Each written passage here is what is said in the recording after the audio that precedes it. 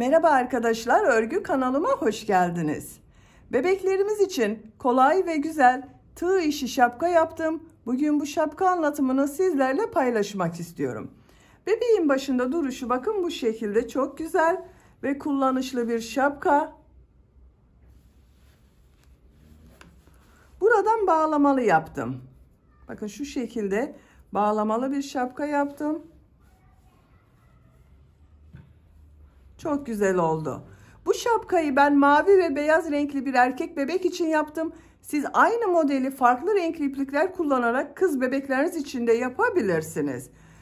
Bu bebeğin baş ölçüsü 3 aylık bebek ölçüsünde arkadaşlar. Ben bugün bu şapkayı 3 aylık bebek için yapıyorum. Bakın duruşu bu şekilde çok güzel oldu.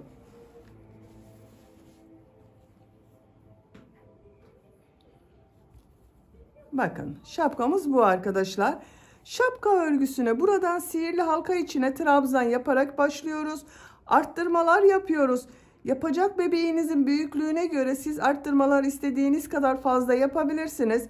Ben bugün 3 aylık bebek için yaptım. Bu kadar arttırma yaptım arkadaşlar. Siz bunu yeni doğan bebek için yapıyorsanız, benim yaptığımdan bir sıra eksik yaparsanız yeni doğan bebek için olur. Bu arttırma sırasını benim yaptığımdan bir sıra fazla yaparsanız 6-12 ay arası bebekleriniz için olur. Bu arttırma sırasını benim yaptığımdan 2 sıra fazla yaparsanız 1-2 yaş arası çocuklarınız için olur. Bu şekilde arttırmalar yaparak istediğiniz ölçüde şapkayı yapabilirsiniz. Bu şapkaya takım yapmak isterseniz çok şirin eldivenler yaptım. Bakın bebek eldivenleri. Yine buna takım olarak çok güzel ve kolay tığ işi çorap yaptım. Bu şekilde güzel bir takım yaparak arkadaşlarınıza hediye götürebilirsiniz arkadaşlar. Çok güzel doğum hediyesi olur. Siz de bunun gibi güzel bir takım yapmak isterseniz çorap ve eldiven anlatımını yaptım. YouTube kanalıma yükledim. Bunların olduğu YouTube linkini izlediğiniz bu videonun açıklama bölümüne ekliyorum. Siz o linkler üzerine tıklarsanız bunun gibi güzel bir takım yapabilirsiniz. Biz bugün kolay ve güzel bu tığ işi şapka örgüsünü yapacağız. Şapkada iplik olarak beyaz renkli iplik kullandım ve mavi renkli iplik kullandım. Siz bu şapka veya takım örgüsünde arkadaşlar istediğiniz marka iplik ve renkleri kullanabilirsiniz. Her renk iplik ile çok güzel oluyor. Tığ olarak 5 numara 3 milimetre tığ kullandım. Elim çok sıkı değil. Benim yaptığım tığ işi örgüler yumuşak oluyor. Sizin eliniz sıkıysa 3,5-4 milimetre tığlarla yaparsanız çok daha güzel olur. Ölçülerini videonun sonunda ölçüyorum. 3 aylık bebek için yaptım. İpliği tığı hazırlayalım. Hep birlikte bu kolay ve güzel şapka örgüsüne başlayalım. Örgü kanalıma abone değilseniz abone olmayı unutmayın lütfen. Hepinize kolay gelsin. İyi çalışmalar.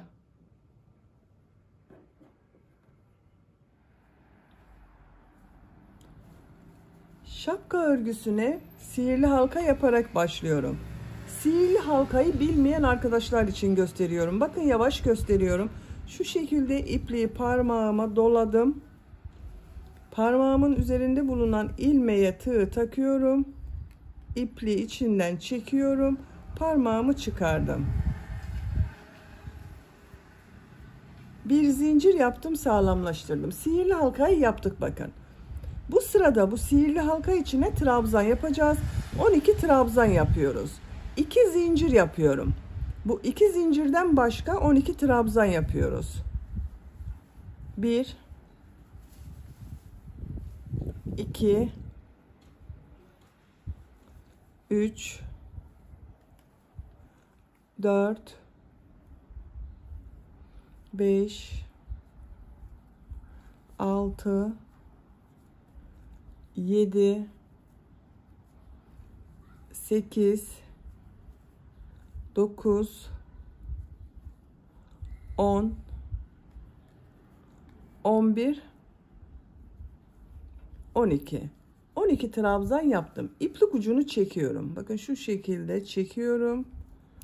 Burada hiç boşluk kalmayacak arkadaşlar. Bu ilk yaptığım trabzan ilmeği var. Bakın şu 2 zincirden sonra şu ilmeğe tığ takıyorum. ipliği üste alıyorum. İlmek kaydırma yaparak sırayı birleştiriyorum. Sihirli halka içine 12 trabzan yaptım. İkinci sıradayım. Bu sırada arttırma yapıyorum. 2 zincir yapıyorum. Tığ üzerine iplik alıyorum.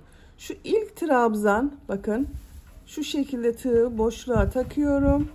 Trabzan yapıyorum. Çok sıkı yapmıyorum bu trabzanı. İkinci ilmeğe bir üzerine trabzan yapacağız. Bir de boşluktan alarak trabzan yapacağız. Bakın ilmeğe bir trabzan yapıyorum. Şu şekilde aynı ilmeğe bir de trabzanı boşluktan alarak yapıyorum. Bir trabzan üzerine 2 trabzan yapmış olduk.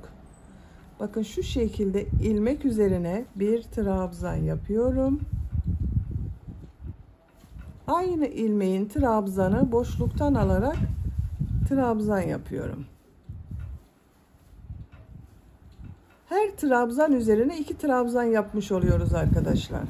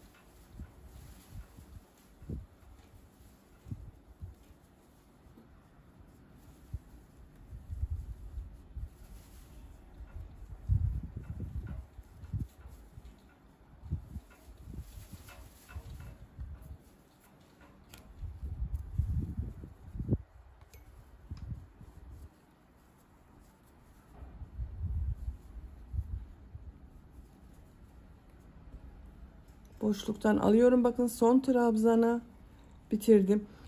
Boşluktan alarak yaptığımız trabzanları sayıyorum. Bakın daha kabarık görüntüleri var arkadaşlar. 1, 2, 3, 4, 5, 6, 7, 8, 9, 10, 11, 12 bakın kabarık görünen boşluktan aldığım trabzan var.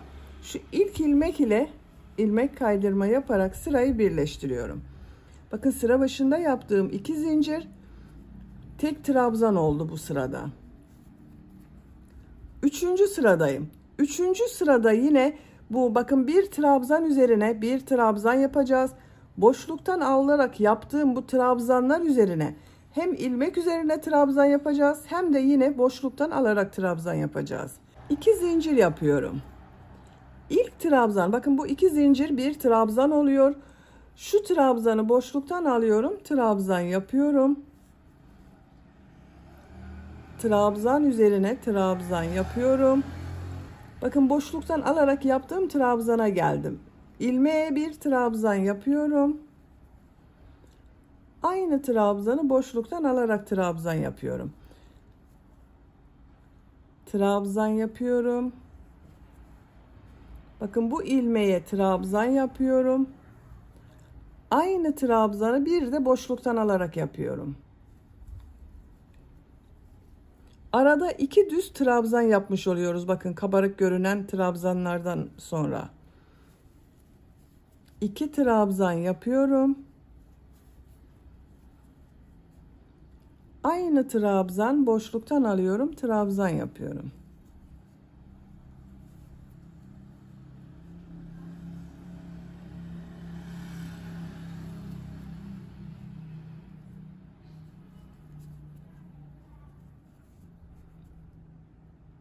Sıra sonuna kadar devam edelim. Sıra sonuna kadar tamamladım. Son trabzan üzerine bakın boşluktan alarak yaptığım trabzan üzerine trabzan yaptım. Aynı trabzanı boşluktan alarak da yapıyorum. Son ilmeğe bakın bu 2 zincir var. Bu ilmeğe bir trabzan yapıyorum. İlk ilmek ile ilmek kaydırma yaparak sırayı birleştiriyorum. Bakın 2 zincir bir trabzan, son yaptığımda trabzan, 2 kabarık trabzan arasında 2 trabzan var. Bu sırada yine 12 kabarık trabzan yaptık. Aralarda ikişer trabzan yaptım. Bu bir sıra üzerinde toplam 36 trabzan var. 4. sıradayım. Bu sırada yine bu trabzanlar üzerine trabzan yapacağız. Bunu boşluktan alarak trabzan yapacağız. 2 zincir yapıyorum. İlk trabzan boşluktan alıyorum, trabzan yapıyorum. Bu 2 zincir düz yaptığımız trabzan oluyor bakın. 3 ilmek üzerine trabzan yapıyorum.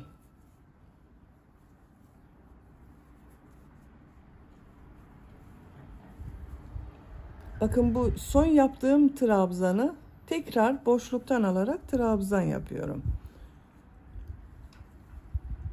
3 trabzan yapıyorum.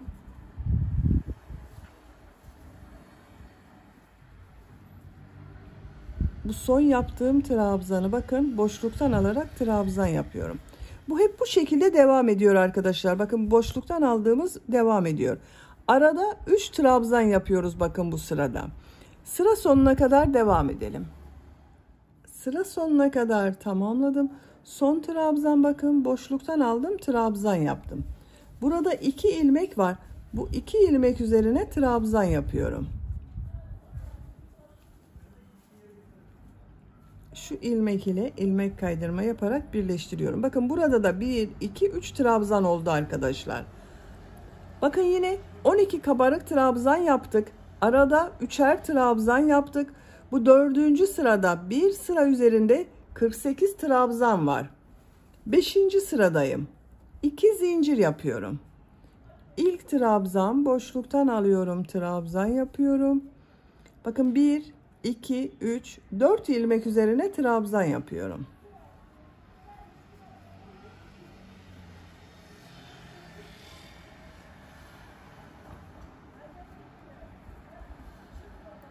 Bu 4. yaptığım trabzanı bakın boşluktan alıyorum, trabzan yapıyorum. Bu sırada bakın arada 1 2 3 4 trabzan oldu. 4 trabzan yapıyorum.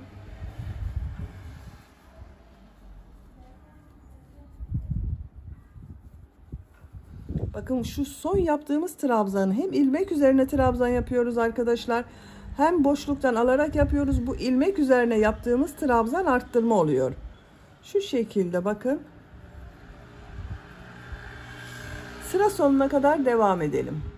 Sıra sonuna kadar yaptım. Son trabzan bakın boşluktan aldım, trabzan yaptım. Burada 1 2 3 ilmek var. 3 ilmek üzerine trabzan yapıyorum.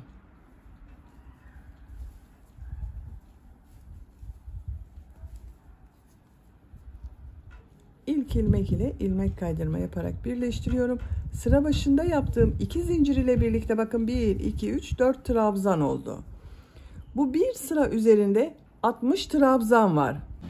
6. sıradayım. 2 zincir yapıyorum. İlk trabzan boşluktan alıyorum, trabzan yapıyorum. 5 trabzan üzerine trabzan yapıyorum.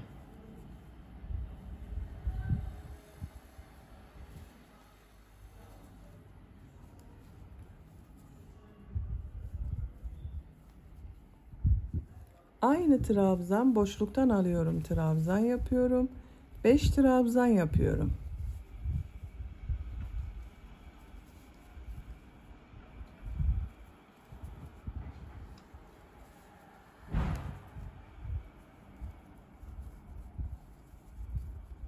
Aynı trabzan boşluktan alıyorum, trabzan yapıyorum. Sıra sonuna kadar devam edelim. Sıra sonuna kadar tamamladım. Boşluktan alarak yaptığım trabzandan sonra bakın 1 2 3 4 trabzan yaptım. İlk ilmek ile ilmek kaydırma yaparak birleştiriyorum. Şu 2 zincir ile birlikte 5 trabzan oldu. Bu sırada bakın bu boşluktan alarak yaptığımız trabzanlar arasına 5 trabzan yaptım. Siz bu şapkayı yeni doğan bebek için yapıyorsanız arttırma sırasını burada bitirebilirsiniz arkadaşlar.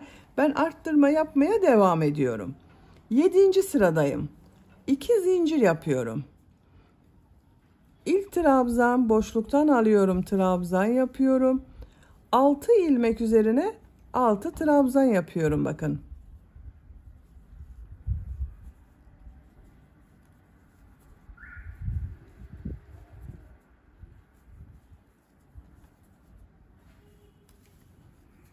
6 trabzan yaptım. Son yaptığım trabzanı boşluktan alıp trabzan yapıyorum.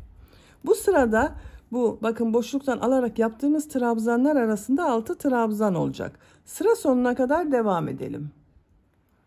Sıra sonuna kadar tamamladım. 5 trabzan yaptım.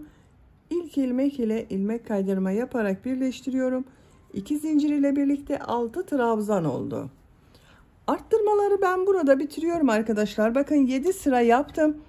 Birinci sırada 12 trabzan yaptım. İkinci sırada arttırma yaptım. Üçüncü sırada arttırma yaptım. Dördüncü, beşinci ve 6, 7. sırada arttırma yaptım. 3 aylık bebek için 7. sırada arttırmaları bitirdim. Siz bu şapkayı 6 aylık bebek için yapıyorsanız bir sıra daha arttırma sırası yapabilirsiniz. Boşluktan alarak yaptığımız trabzanlar arasında 7 trabzan yapılacak arkadaşlar. Bu şekilde daha büyük de yapabilirsiniz. Bu yaptığım son sıra üzerinde 84 trabzan var. 3 aylık bebek için yapıyorum. Bu 84 trabzan yeterli. 8. sırada her ilmek üzerine trabzan yapıyorum. Artık arttırma yapmıyorum. 2 zincir yapıyorum. Bakın ilmek üzerine trabzan yapıyorum. Diğer ilmeklere trabzan yapıyorum.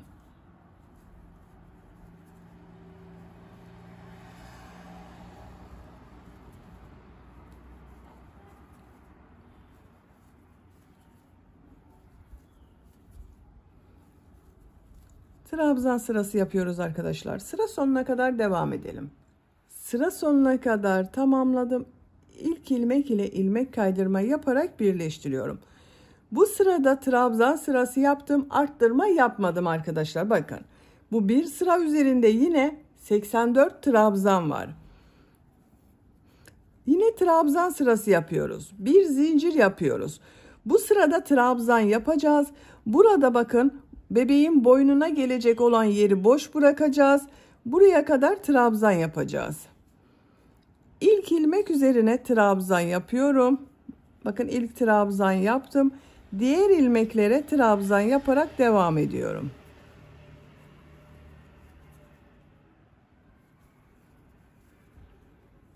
Bakın 1, 2, 3 grubu boş bırakacağız. Şuraya kadar trabzan yaparak devam edelim.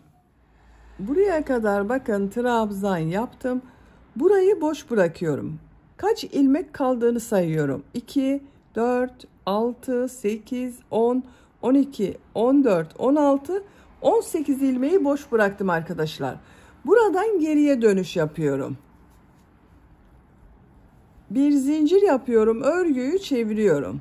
Siz bu şapkayı yeni doğan bebek için yapıyorsanız burada 15-14 ilmek bırakabilirsiniz.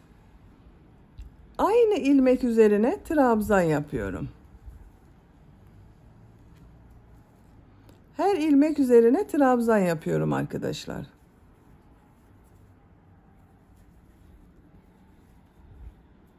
Sıra sonuna kadar devam edelim. Sıra sonuna kadar tamamladım. Bir zincir yapıyorum. Örgüyü çeviriyorum. İlk ilmeğe trabzan yapıyorum. Diğer ilmeklere trabzan yaparak devam ediyorum.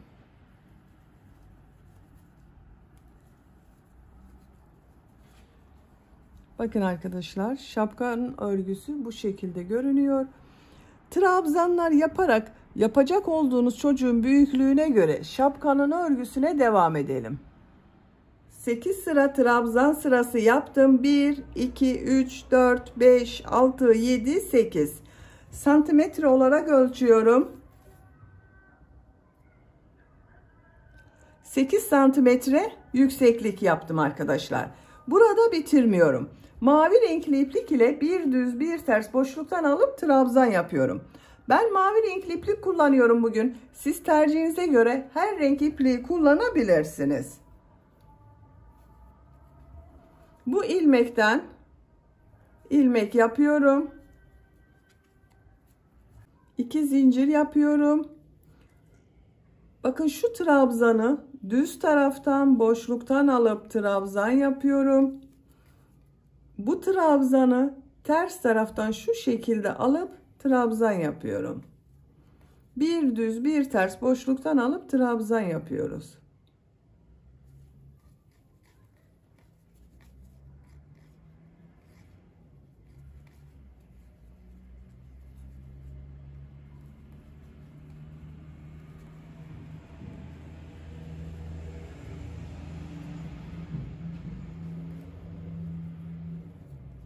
Bakın görüntüsü bu şekilde oluyor. Sıra sonuna kadar devam edelim. Sıra sonuna kadar tamamladım. Son trabzan üzerine bakın trabzan yapıyorum. Bakın arkadaşlar görüntüsü bu şekilde oldu. Bir düz bir ters boşluktan aldım, trabzan yaptım. 2 zincir yapıyorum. Örgüyü çeviriyorum. Bu sırada bu yaptığım trabzanları nasıl görüyorsam o yönde boşluktan alıp trabzan yapıyorum. İlk trabzan ters tarafta görüyorum. Ters taraftan boşluktan alıp trabzan yapıyorum. Düz tarafta görüyorum. Boşluktan alıp trabzan yapıyorum.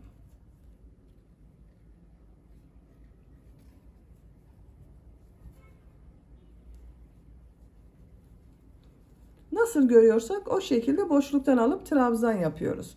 Sıra sonuna kadar devam edelim. Sıra sonuna kadar tamamladım. Bakın görüntüsü bu şekilde oldu. Bu boyun çevresinde de sık iğne yapacağız arkadaşlar. Mavi renkli iplik benim burada bittiği için bakın ters geliyor. Bunu eğer sizin iplik burada bittiyse sıranız, bu trabzan sırasını benim yaptığımdan bir sıra fazla veya eksik yaptıysanız sizin burada bitmiştir. Bakın şu şekilde devam edeceğiz. İpliği buraya geçirmek için bakın burada sık iğne olarak yapıyorum. Şu ilk ilmeğe sık iğne yapıyorum. Şunu bakın düz olan trabzanı boşluktan alıyorum. Sık iğne olarak yapıyorum. Sık iğne yapıyorum. Boşluktan aldığım trabzanı boşluktan alıp sık iğne yapıyorum. Sık iğne yapıyorum.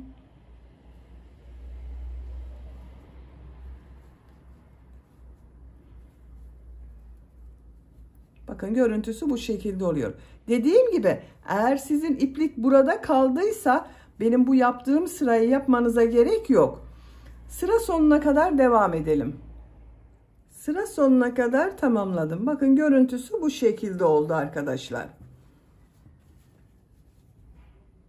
Şimdi boyun çevresine gelen bakın buraya sık iğneler yapacağız. Mavi renkli iplik ile devam ediyorum.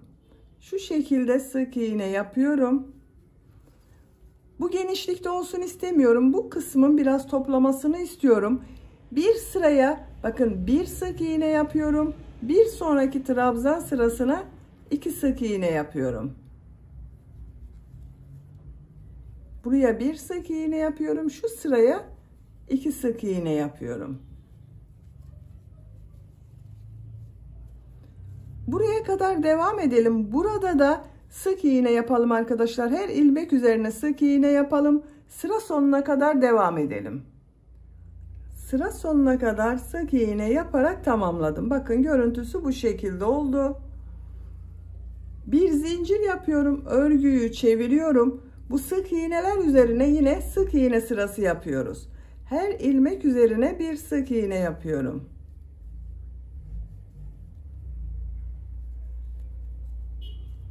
Sıra sonuna kadar devam edelim.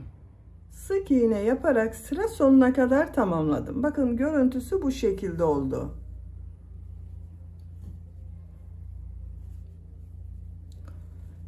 Üçüncü sırada yine sık iğne yapacağız. Üçüncü sırayı yapmadan önce ip kordon yapıyoruz arkadaşlar. Bir ip kordon buraya yapıyorum. Bir ip kordon diğer tarafa yapıyorum.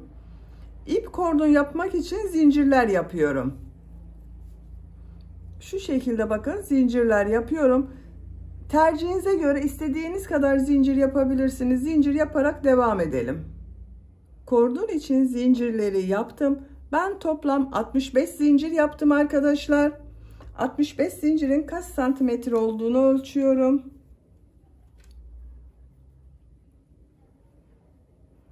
...25 santimetre zincir uzunluğu var. 25 santimetre için 65 zincir yaptım. Sizin elinizin sıklığına göre daha fazla veya daha az zincir yapmanız gerekebilir.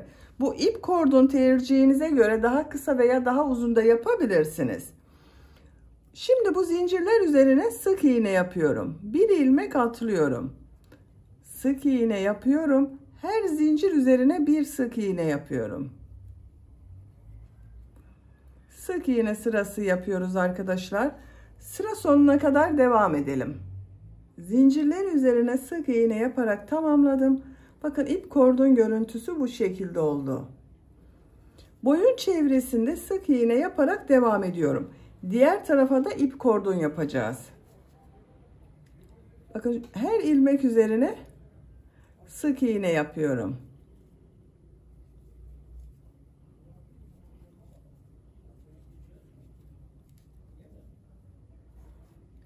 Sıra sonuna kadar devam edelim. Sıra sonuna kadar sık iğne yaptım. Buraya da ip kordon yapacağız arkadaşlar. Siz bu ip kordonu kaç zincir yaptıysanız buraya da aynı sayıda zincir yapacağız. Ben 65 zincir yaptım. Buraya da 65 zincir yapıyorum. 65 zincir yaptım. Bir ilmek atlıyorum. Sık iğne yapıyorum. Sık iğne sırası yapıyoruz. Sıra sonuna kadar devam edelim. Sıra sonuna kadar tamamladım. Bakın bu son yaptığım ilmeği şu ikinci ilmeğe ilmek kaydırma yaparak birleştiriyorum. Kordonu birleştirdiğim yer görüntüsü bu şekilde. İpliği kesiyorum.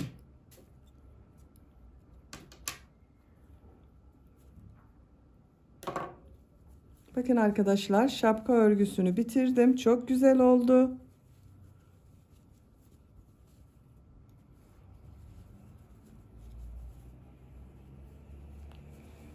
Ölçülerini söylüyorum. Yüksekliği ölçüyorum. Başladığım yerden bitmiş olarak 16 santimetre. Buradan baş genişliğini ölçüyorum. 16 santimetre. Ben bugün 3 aylık bebek başörtüsüne göre yaptım. Bakın bu şekilde oldu. Çok güzel oldu. Beni dinlediğiniz ve izlediğiniz için hepinize çok teşekkür ederim. Örgü kanalıma abone değilseniz abone olmayı unutmayın lütfen. Sizlerle yeni örgülerde görüşmek dileğiyle. Hoşça kalın, sevgiyle kalın.